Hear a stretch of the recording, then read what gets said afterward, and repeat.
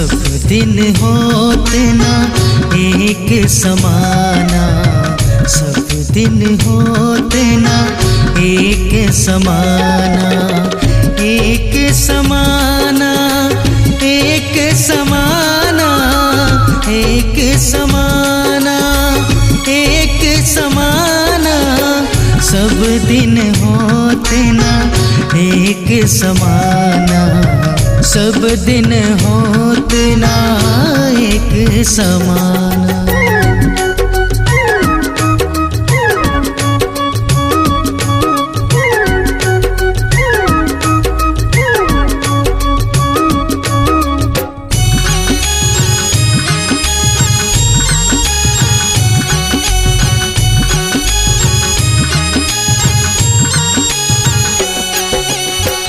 एक दिन राजा हरिश्चंद्र गृह में कंचन भरे खजाना, एक दिन भरे डोमगर पानी, मरघट गए निशाना, मरघट गए निशाना,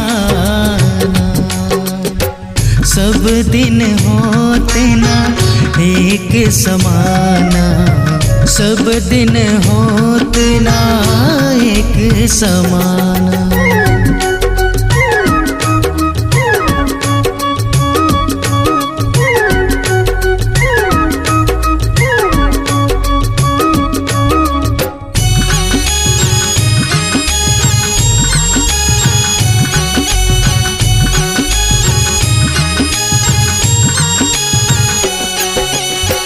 एक दिन राजा रामचंद्र जी चढ़ जात विमाना,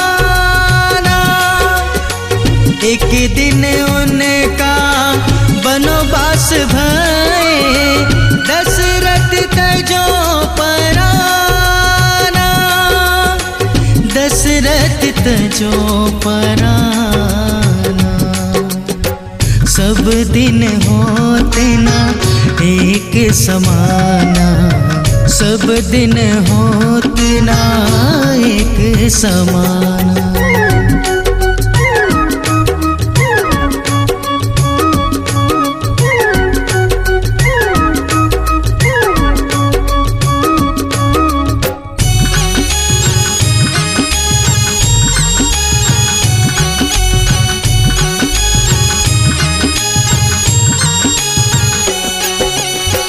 एक दिन अर्जुन महाभारत में जीते इंद्र समाना, एक दिन भिल्लन लुटी गोपी का, वही अर्जुन वही बाना, वही अर्जुन वही बाना, सब दिन होते ना एक समाना, सब दिन होते ना एक समाना।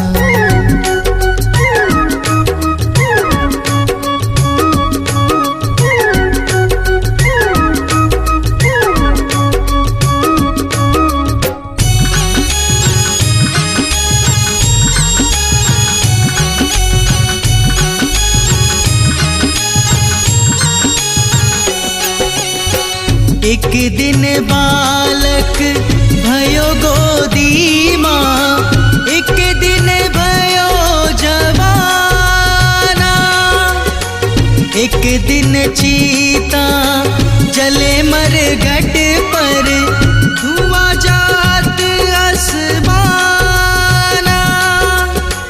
धुआं जात आसमाना, सब दिन होते ना एक समाना, सब दिन होते ना एक समाना।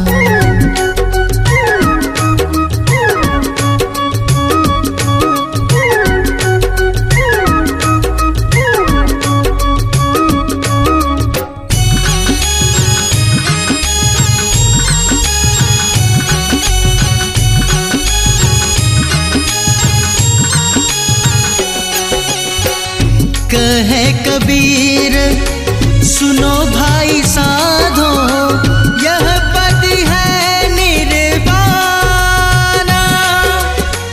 यह पद का कोई अर्थ लगावे, होनहार बलवाना, होनहार बलवाना।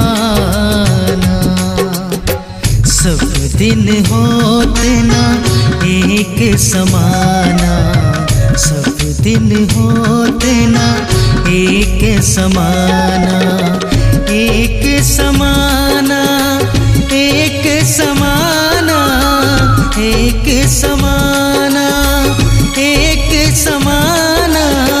सब दिन होते ना एक समाना, सब दिन होते ना एक समाना।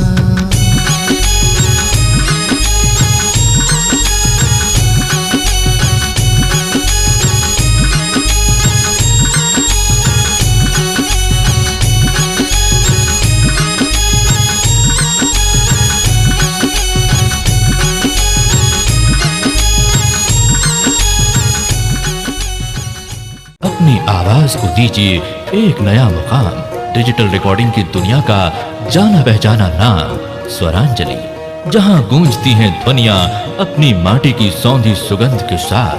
छत्तीसगढ़ी संगीत के विविध रंग जो पहुंचाते हैं पूरे प्रदेश में डिजिटल रिकॉर्डिंग के संग। स्वरांजलि स्टूडियो, नेमीचंद गली नंबर 2, गंजपारा, रायपुर।